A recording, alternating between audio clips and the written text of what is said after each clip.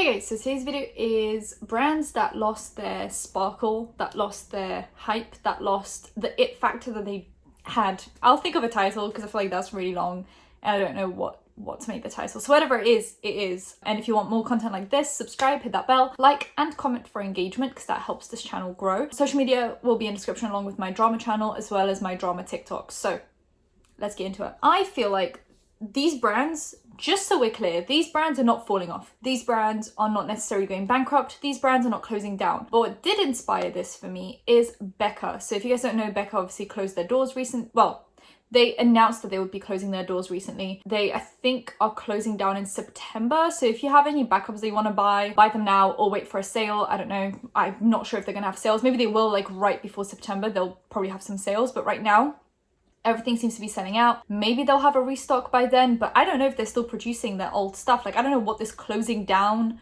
period means. But Becca definitely inspired this video, but they're like a very extreme example of a brand that lost their sparkle. So I'm going to mention Becca now as one of the brands because they are an extreme example, and then all the brands that come afterwards are not going to be ones that are going bankrupt. I don't think they're going bankrupt. I don't think their financials are looking bad. I just think from the perspective of creativity, originality, and good ideas, they just don't have the it factor anymore. They're probably just the brand that people that are not super interested in makeup are going to buy when they walk into a Sephora, Ulta, or a department store. They're going to be like, oh, that's nice, but they're not brands that are hyped up or spoken about in the grand scheme of things. So Becca, what happened? Becca had a high. Obviously, I spoke about this in my full face of Becca. I feel like Jaclyn Hill set a really high precedent for them. It was like she created Champagne Pop and it revolutionized what highlighter was. I'm wearing lilac geode right now. I mean, Becca highlights are just incredible, right? But I feel like Champagne Pop just did the right thing. It was as close as you can get to a universal highlight. It was golden, it was beautiful, it was shiny, it was wet looking, and it was the first like super blinding highlight that everyone raved about. And I feel like when you go from that,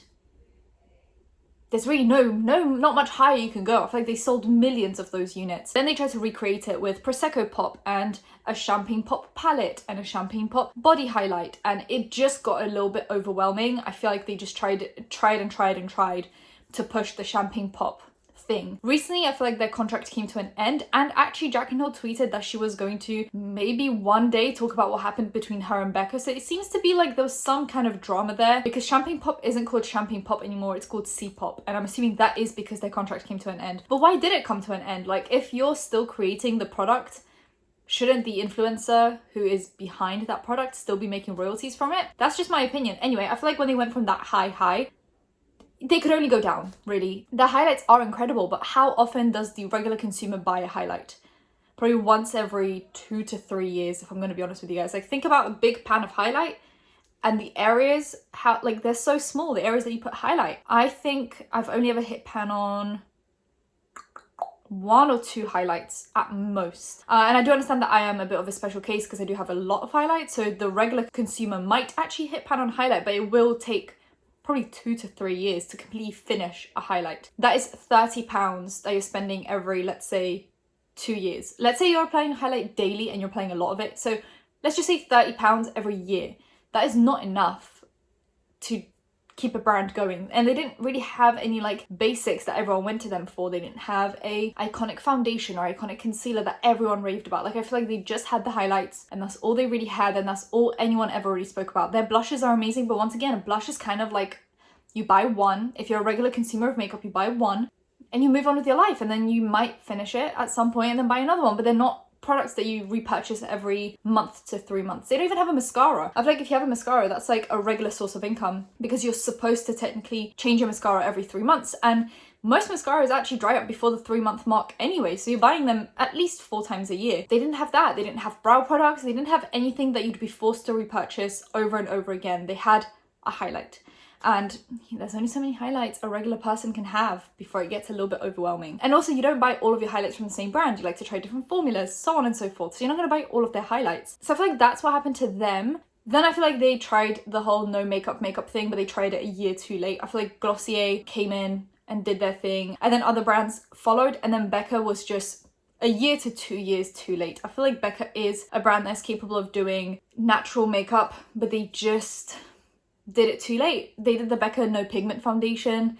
that was unnecessary. I feel like that just, the hype just went up and down again, and everyone just kind of, it left a bad taste in people's mouths. I also, just like I mentioned in my full face of Becca video, I feel like they didn't quite pick a lane that they wanted to go down. I feel like some brands, aka Morphe, will pick the influencer route. And they just do influencers, they do Instagram makeup, they do YouTube makeup, and people that buy Morphe are mainly people that watch beauty content online. Because for the longest time, they didn't even sell in physical stores. They just had online stores. So you had to kind of be aware of the online beauty space to be aware of Morphe. But then there's brands like Bare Minerals, who are quite clearly not an influencer brand. They're not an Instagram brand, not a YouTube brand. They are a basics, natural makeup, or beginner's makeup brand that you buy in department stores, and that is the lane they have picked, and that is a successful lane for them. But you can't pick neither, and I feel like Becca picked neither. They tried the influencer route with Jaclyn Hill, and then Chrissy Teigen, then Chloe and Malika. That kind of worked for them, but then they ran out of influencers. They even ran out. I feel like they could have done more highlights with more people, but they just chose not to. And then they tried to become a regular consumer brand, but regular consumers weren't really aware of them, so they were stuck in this in-between of nothing, really. And I feel like that's why Becca lost their hype. Those are my reasons. I don't know their financials, I don't know what really happened behind the scenes, but from a consumer standpoint, that is kind of what I feel like went wrong with them. Now let's get into brands that I don't think are falling off, but are definitely like, oh, like you used to have a lot of hype and now you just don't. MAC has been disappointing people lately. I feel like they released the same repackaged makeup just in like limited edition packaging, but if you have a Ruby Woo, a Velvet Teddy, you don't need it again and again in different packaging. So how about we just create a very similar red lipstick, but it's not Ruby Woo? Like, how about we just create a different red lipstick? I feel like they don't really have any good collections, and I feel like the Sims collection recently was really just like the end for people, but they're not falling off. Saying this now, I feel like financially they are thriving. They are the department brand. They don't care about influencers.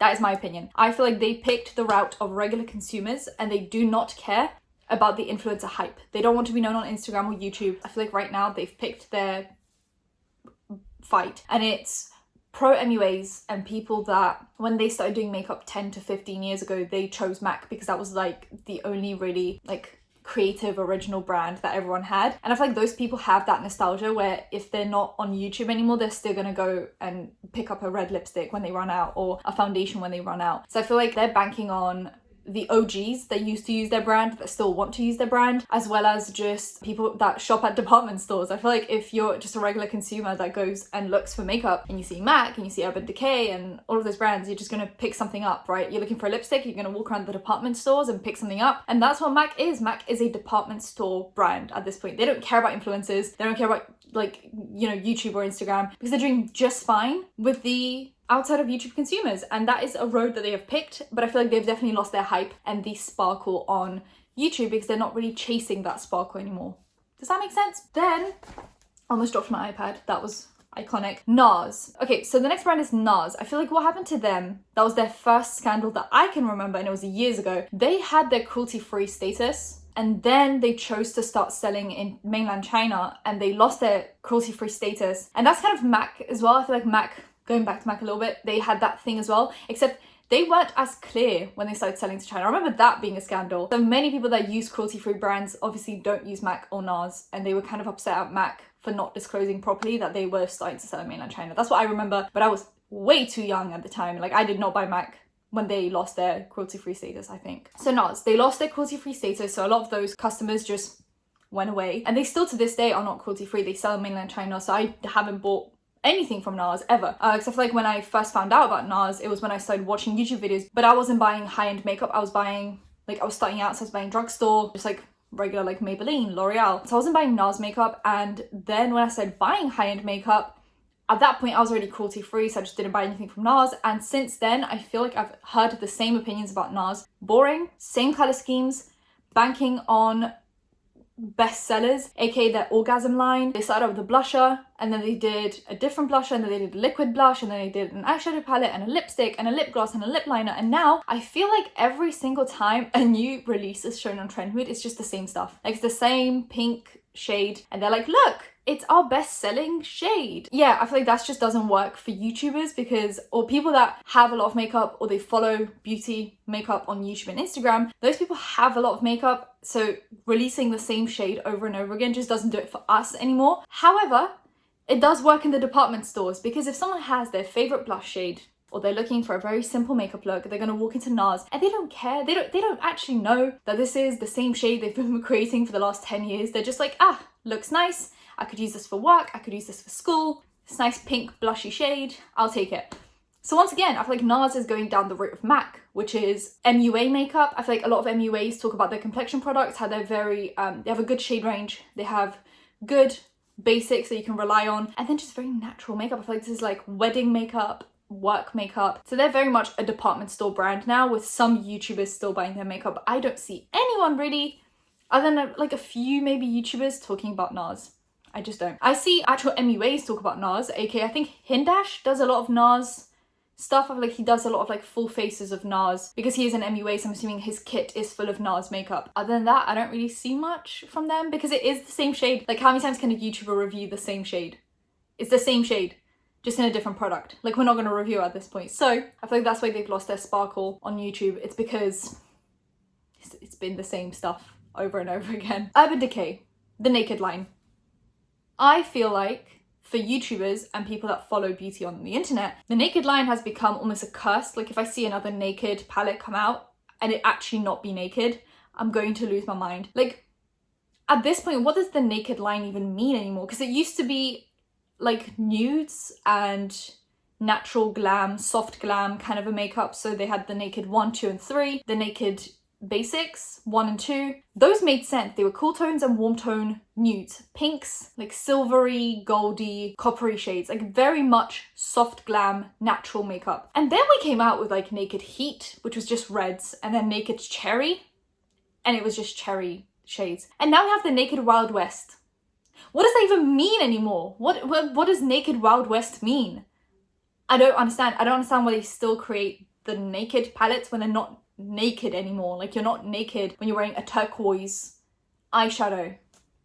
Naked is supposed to be like all different types of nudes, right? From beiges to the browns, but not turquoise. So I feel like for YouTubers, the Naked brand, Naked like aesthetic has lost its hype because, one, the formulas, we have found much better formulas. They've stuck to the same formula essentially. It's a reliable eyeshadow formula, but for us, I feel like once ABH came in and once Colourpop came in, we were just like, oh, this isn't that great for the price. Okay, cool, next. But a lot of people that have never tried other brands, once again, department store customers, they're just like, ah, this is good. Another Naked palette. I don't have one like that yet. Let me just buy it. Or let me buy it for my daughter. Let me buy it for a cousin or something. I feel like Urban Decay, NARS, and MAC are giving me the same feelings, right? ABH. This is a sad one because I really like ABH and I collected their like the suede palettes while they were still suede, and then they weren't suede anymore and I was still collecting them, but it's like I don't have all of them because at this point I'm just like, what's the point? Why am I going to buy palettes that I know I'm not going to use just for the collector's mindset? Anyway, what I think happened to ABH is too many launches and change of management.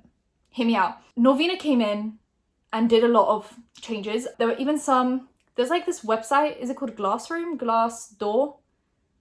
There's like a website where you can review workspaces. So once you've worked out a place and you, let's say, like leave and you go to a different place, you can leave a review of how you kind of felt at the workplace. And a lot of people since Norvina came in said that the work environment has been a little bit toxic and it's just been strange. Like, there is some accusations of like astrology coming into play. So she'd be like, I'm not doing this right now because Mercury's in retrograde. I remember one review was like, yeah, she used Mercury in retrograde a lot to not do stuff. I don't know how much I believe that stuff, but it's like, are those reviews verified? And if they are, then yeah, that environment just wasn't nice to work in. So that was one big scandal. Then all of the Norvina palettes that she came out with, one after the other. And the best part is no one actually knew how many Norvina palettes there were going to be. So the first one came out and no one said, oh, this is one of X amount of palettes. They were just like, oh, here's a Norvina palette. And people bought it because it was like, oh, limited edition, I want it now. And then the second one came out literally like a month later and everyone was like, oh, we didn't realize there was another one coming. Okay, let's just buy this one as well. And then the third one came out, and then the fourth one came out, and then like 3 minis came out, and everyone's like, you didn't tell us this many palettes were coming out. Because if people knew, right, here's the lineup of the palettes that are going to be coming out in the next 2 months. Because they came out like one right after the other. So they were like, in the next 2 months, these are the pro palettes we're going to be releasing. Pick a shade that you like and just buy one and wait for it. Here are the dates when they're coming out. But instead it was like, oh, here's an orangey one. And because it was a new formula, everyone was like, oh my God, we need to buy it. And maybe those people that bought the first one would have actually preferred to just buy the third one or the fourth one, but because they didn't know those were coming out, they just bought whatever was available, if that makes sense. So everyone felt a bit duped. And then the formula actually came out to be kind of disappointing. Everyone said it was nice, but it wasn't as good as the suede line. I personally hate the formula, I'm going to be honest with you guys. I'm starting to give my palettes away. I was just like, if someone else likes them, that's fine, but I don't enjoy them. So I'm passing those on. So I don't like the formula. Many people had feelings of like, this is okay, but it's not as good as the original formula. Then there were some other launches. Then there was the Jackie Aina collab and then the Kali Bible collabs. So they came out one right after the other and they didn't have time to like marinate and sit there and gain their, you know, traction. I feel like when one came out, the marketing stopped and the other one came out. I feel like no one ever talks about the Kali Bible palette anymore. I feel like because it was just like so quick, right? And it's just like they didn't get the spotlight that they deserve. If you as a YouTuber collab with a brand, you expect them to give you like at least a month for your palette to, or your product to kind of sit and, you know, have their marketing and have the hype. But Novena was just like, no, palette after palette. So I feel like that's what really took ABH off the map when it comes to YouTube. I still really thoroughly enjoy the suede palettes or the long palettes and I use them a lot, but I think if they don't go back to that, I'm just not going to be purchasing from the brand. I feel like there is nothing else I'm super interested in. I used to really like the Luminous foundation, but now I've found other ones that are like even better. Like at the time I thought that was like the best foundation in the world, and now I'm like, oh yeah, it's nice, but there are much better ones, like the Charlotte Tilbury Flawless Airbrush Finish foundation, the Pat McGrath Labs one. So at this point I'll just finish the bottle I have and probably not buy another one. And I feel like many people have the same reaction. It's like we never really bought the basics from ABH. It was always like, oh my God, when's the next palette coming out? And then people would buy the brow products. But now people are finding cheaper brow products, and I feel like I've really pushed the idea of you don't need to spend a lot of money on a brow pencil. As long as it creates a line, you don't need to spend £20 on it. There are ones you can buy for £5 to £10. So I feel like even now people are like, oh, we don't need to buy Brow Wiz every month for £20. We can buy a Colourpop brow pencil for like £7. NYX, I think they have ones for like £6. So it's just like, with the hype of the palettes gone, there's nothing else people are excited for, if that makes sense. So let's go. Jeffree Star. Isn't that obvious? I feel like his collections always used to sell out, and now it's either not sold out, constantly on sale, or like a fake sellout, because it'll be like not selling out, no one's really talking about it, no one's reviewing it, but somehow it's still sold out. His recent launches, I think most of them didn't sell out, and a lot of them are also on sale now. His past collections are on sale. His makeup never used to go on sale because he didn't have to put on sale. People would still buy it over and over again. And now I feel like the collections are not talked about, they're not reviewed. No one cares if something is Jeffree Star approved. And his collections are always on sale. When I go on Beauty Bay, every other time, his whole brand will be on like a 20% off. Morphe put his whole brand on 50% sale? Something like that. It was like a huge discount. And then they got rid of him, essentially. His own website has a bunch of sales. That can't mean good things for the brand, you know? So that's an obvious one. I think he's kind of falling off. But at the same time, he's already made his millions. And he's probably still making millions, just not as many millions as he made before. So is it really a loss? No, he's just not doing as well as he used to be doing, but I think he's still doing financially just fine. So there's that. Kat Von D. Very obvious. Kat Von D isn't Kat Von D anymore. So there's Kat Von D, the tattoo artist, who then created the brand called KVD, aka Kat Von D. They kind of referred to it as both. Some packaging had Kat Von D written on it, some had KVD. So, you know, it was interchangeable, essentially. And then Kat Von D got into a lot of scandals, being an anti-vaxxer, a lot of other allegations. Like, there was just a bunch of allegations that people were really upset about, so they stopped buying from Kat Von D. Her parent company then bought her out, so they bought the shares that she owned in the company, and then they rebranded the company to KVD Vegan Beauty, which was basically kindness, vegan, something vegan beauty. It was really confusing. KVD Vegan Beauty is basically what they rebranded to, and now they've had another rebrand. So I'm like, out of all the brands here, I feel like if another one was to follow in Becca's footsteps, it would be KVD. Like, how many rebrands can you have while still keeping the name of the problematic ex-owner and still associating your brand with the problematic ex-owner, but you've already had 2 rebrands? It doesn't really make sense. I feel like if a brand is on their way out after Becca, it would be KVD, and I wouldn't be surprised if they actually shut down, and then just use that budget to just start a whole different brand. Because at this point it's like, even Kat Von D said, like, why am I still involved in a brand that I'm not actually involved in? Like, why are you still using my name, my packaging? And even now with the rebrand, they went back to the tattoo aesthetic, but it's like the tattoo aesthetic was the Kat Von D aesthetic, right? Because she was a tattoo artist. And I feel like they reposted the liquid lipsticks on their Instagram. It's like, you're trying to distance yourself, but the name's still the initials of the ex-owner. You're still creating the tattoo aesthetic when you could just create like goth looking makeup without the tattoo vibe. And then you're reposting cult makeup products from when that ex-owner was at their peak. I don't know, it just doesn't really make sense to me, and it doesn't make sense to a lot of people. So I feel like that's why they're probably on their way out. That's the one brand where I'm like, I'm not going to be surprised if they close down, because at this point it's just like, what is happening with the brand? Lorac, right? They're way before my time. I feel like I watched everyone buy those palettes, like when I wasn't even wearing makeup yet. Lorac had their pro palettes and everyone bought them, but now looking back on them, they're really boring. Like, I don't know if you guys thought about this, if you ever looked back on their palettes, they were so boring. Half of the shades were just like beiges and whites. It just doesn't make sense to me why they were so overhyped. But I feel like it was the first time we had that powdery pigmented formula, and then ABH came along and had like a very similar vibe. Then Lorac has tried to rebrand and go back to their pro line, but I feel like some of the products sold out on Beauty Bay, but I haven't heard anything since. So I don't know what they're kind of going to be doing with that. It would make sense to go back to the pro line, maybe start aiming at MUAs, or get the pro line but give it a revamp. Like, don't make beiges and whites like you did back then. Do a pro line that's actually like pro makeup with a good color scheme, then maybe it would work. But right now they just came out with like a neutral soft glam palette. Like, basically they created the ABH soft glam palette and called the Lorac Pro.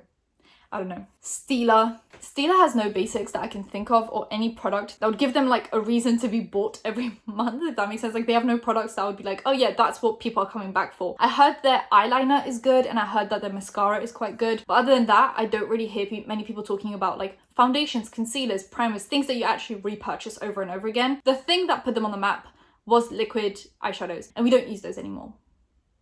So that's gone now. I feel like Tati was a big part in putting us onto those liquid eyeshadows, because back then it was very hard to find like super pigmented, blinding powder shimmers, right? So that was like the one thing where it was like easy glitter, right? But now we have easy glitter, now we have good shimmer formulas, so we don't really need those anymore, and they're just more effort than they're worth. I feel like they dry up, you know, the whole thing. So definitely that was the one product they had, and they just couldn't ever get past it. Kind of similar to Becca, right? It was like a similar vibe. And that is, I think, it. Those are the brands that I could think of. Let me know of any brands that you think are either on their way out, or that they have just lost their sparkle, but you know they're doing well financially, but to you they've just lost that creative original touch that they used to have. Let me know which ones you agree with, which ones you don't agree with, and yeah, just let me know what you guys think about this whole thing. Subscribe, hit that bell, comment down below anything you want to comment down below, like the video. Social media links will be in the description down below, and I'll see you in my next one. Bye guys.